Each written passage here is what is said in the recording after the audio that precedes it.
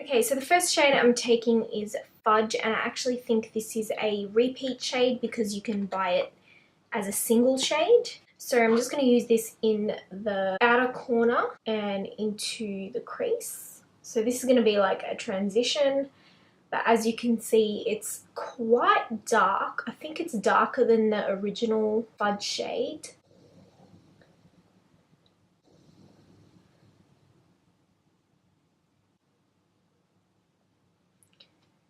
I don't know if you guys can tell, but it is applying kind of patchy.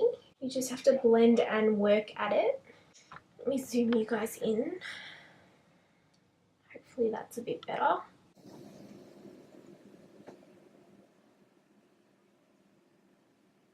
Okay, sorry if the lighting's changed, the sun has just come out. But the next shade I'm going in with is Destiny, which is like this khaki light green. And this is also going into the crease area.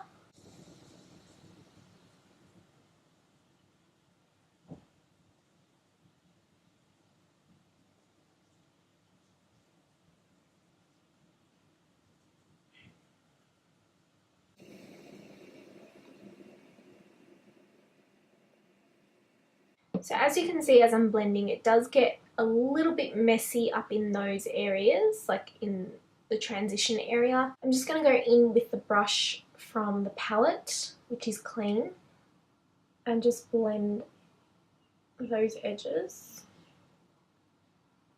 Try to blend them until they're not so patchy. I think because it does have so much kickback, like all the powdery fallout, when you blend it kind of flicks everywhere.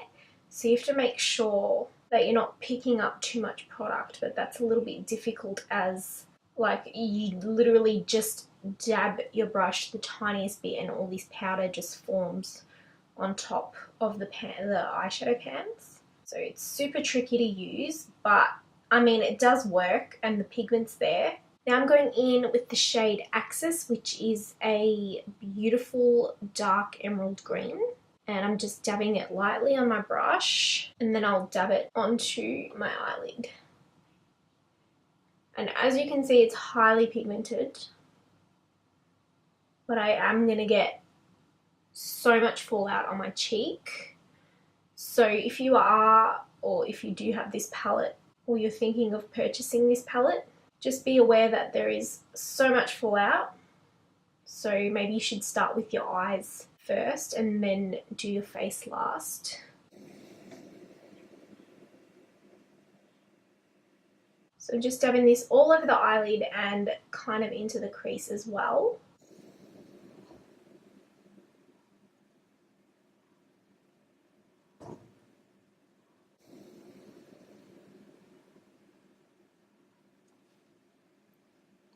I will give you my overall thoughts on this palette towards the end of the tutorial, just because it's easier for me to explain when I'm not doing my makeup, because I tend to like concentrate really hard while doing my makeup and I kind of forget to talk. Next I'm going to go in with the shade Edge, which is a beautiful mustard yellow shade. I actually really like this shade, and this is going like above my transition, just so that I have a little bit of that mustard yellow peeking through, and it kind of mixes with the green. I just really like the way it looks. I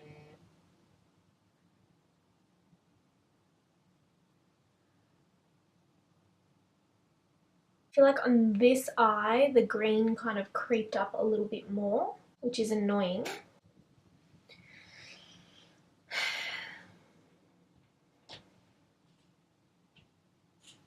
They both look very different. Like this one's more like mustardy yellow and this one's more green. And I don't know if I can fix it because the more I put the yellow shade, the darker it gets. So I'm just gonna have to leave it at that. Oh my god, I have green eyeshadow everywhere. Make sure you have wipes handy when you are using this palette. Look at that. Yeah, I think that's as good as I'm going to get it. So now I'm going to go in with the shade Electric, which is a shimmery metallic shade. Now when I dip my brush into this shade, it's quite like a creamy texture, but it's hard to get the pigment on the brush because it is creamy.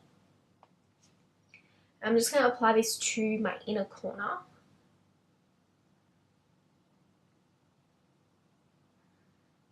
It's crumbling all over me.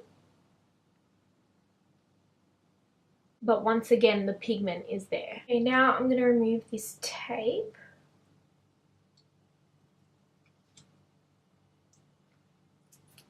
And just clean up this mess.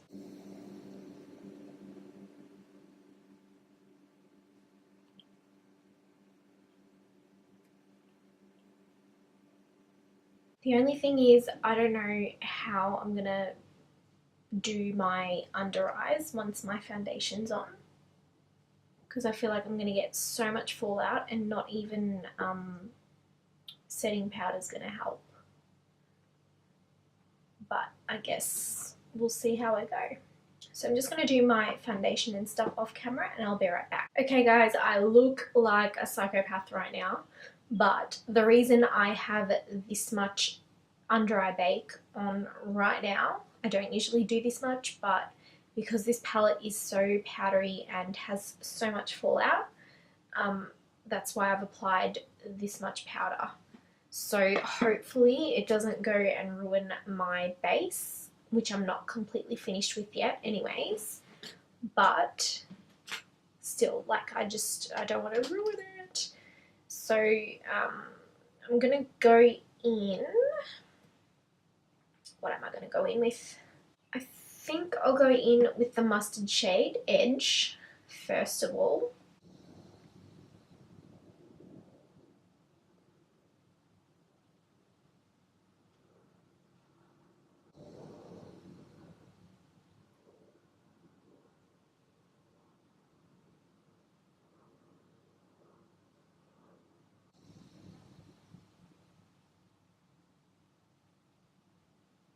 I was going to go in with the dark green under the eyes, but I don't know if I will now because I quite like just the mustard colour under there.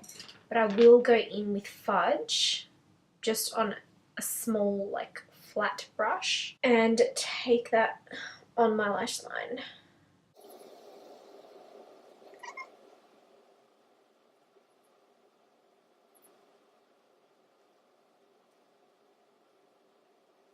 Okay, so far so good guys, I think.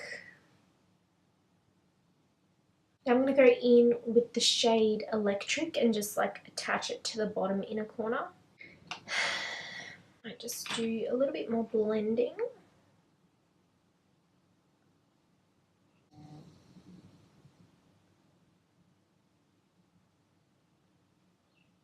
Alright, I'm going to go and finish the rest of my face and I'll be right back with my final verdict of this palette. Okay guys, so that is my full face completed.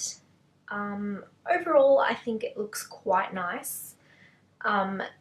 It took me a long time to get to this stage, especially with this dark smoky eye. I think because I did use such dark colours, it was quite difficult to begin with, but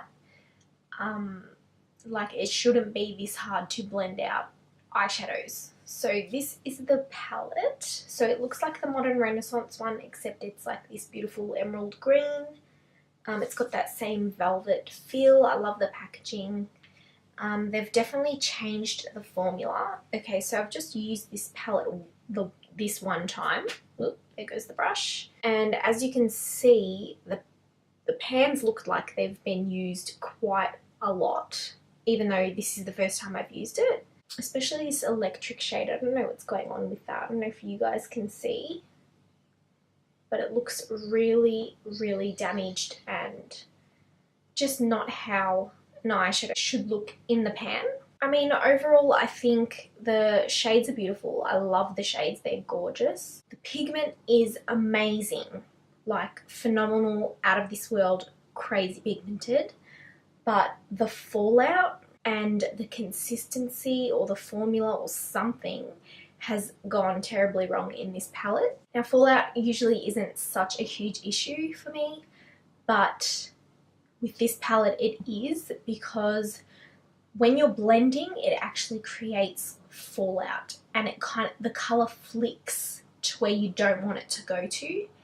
And that's an issue for me because I kind of had trouble matching my eyes. Like this one up here looks more mustard yellow, and then this one up here, because I put way too much green shade, when I blended it, it kind of went up into the transition area and it kind of blended with the yellow and made it more green.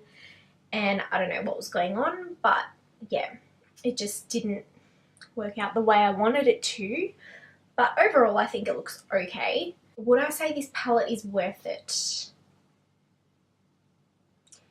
I mean, if you're like a huge makeup junkie and you've been into makeup for a few years and you know what you're doing with makeup, then yeah, I'd say get it just to have it in your collection. I mean, you can work with it, it's just a little bit more difficult than most eyeshadow palettes. But I'd say if you're a beginner and you don't really use makeup all that much, I'd say it's probably not worth it, purely because it is harder to use, like I said. I mean, I've been doing makeup for a few years now. I'm self-taught. I'm not claiming to be a professional or qualified or whatever, but I've been doing it for a few years now, and I'd say my skills are quite like okay. And even I had difficulty using it, and it's quite disappointing because I was like super excited when I saw this palette, because all the colors are just amazing, and like it's a palette that's not really out. Like there's no other palette like it out. And I kind of wish they did the same formula as the Modern Renaissance palette, because that palette was like a huge hit. Everyone loves it. Like it just works. The blending, like it blends out like a dream. It's just amazing. So I don't know what's gone wrong with this palette.